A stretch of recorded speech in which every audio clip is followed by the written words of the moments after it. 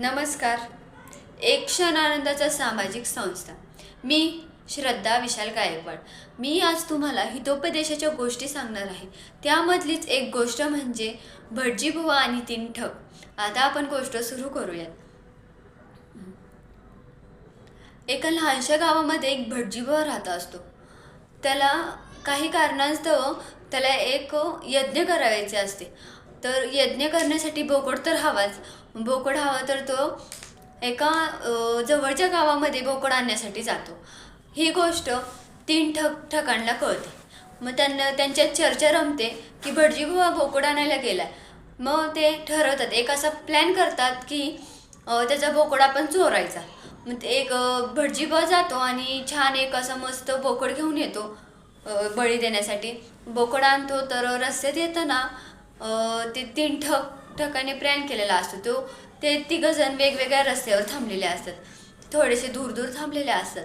भटजीबुवा येतो आणि त्याला एक ठक मिळतो. तो म्हणतो, काय रे भटजीबुवा, कुठे चाललायस आणि हे काय तुझ्या खांद्यावर तू कुत्रं का घेतलंयस? ते भटजीबुवा म्हणतो, अरे तुला काही दिसत नाही आहे का, माझ्या खांद्यावर काही कुत्रं आहे का? बोकड आहे, नीट बघ. मग तो म्हणतो, अरे नाही, तुलाच दिसत नाही आहे, बोकड नाही, हे तर कुत्रं आहे. तो म्हणतो, गप, तुलाच दिसत नाही आहे, असं म्हणून ते पुढे जातो. पुढे गेल्यावर थोडंसं चालल्यावर त्याला दुसरा ठक मिळतो. तो म्हणतो, काय रे भटजीबुवा, कुठून आलास? तर तो म्हणतो, आलोय शेजारच्या गावातून. तो म्हणतो, आणि काय रे, तू वेडा झालायस का? तू तुझ्या पाठीवर कुत्र्याला घेऊन का चाललायस?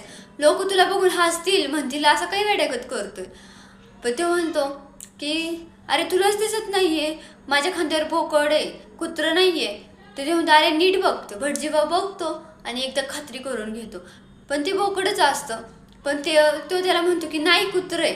मग भटजीबुवा म्हणतो, तुलाच दिसत नाही. तो पुढं जातो. पुढं थोडंसं दूर गेल्यावर तिसरा ठक असतो. तो म्हणतो, काय रे भटजीबुवा, कसा आहेस, खूप दिवसातून भेट झाली. भटजीबुवा म्हणतो, हां मी बरं आहे, तू कसा आहेस? ते म्हणतो, आणि काय रे हा वेडापणा करतोयस, खांद्यावर तू बोकड घेऊन का चाललायस?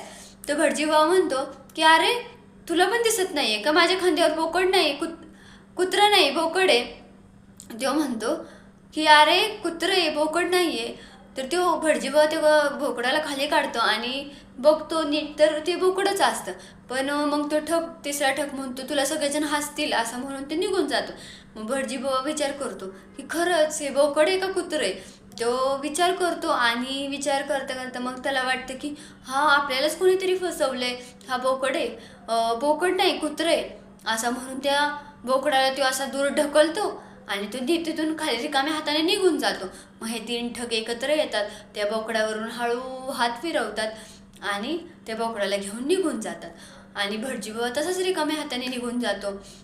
संपली गोष्ट. आता ह्याचं तात्पर्य म्हणजे आपला स्वभाव सरळ असेल तर सारंच जग सरळ असेल असं होत नाही. आपण आपल्या डोळ्यांवर विश्वास ठेवला पाहिजे, आपण दुसऱ्यांवर विश्वास नाही ठेवला पाहिजे. म्हणजे ह्याचा अर्थ असा की आपण आपल्या स्वतःच्या डोळ्यांवर व कानावर विश्वास ठेवायचा. दुसरे काय सांगतील, दुसरे काय बोलतील ह्याच्यावर आपण विश्वास ठेवायचा नाही. धन्यवाद.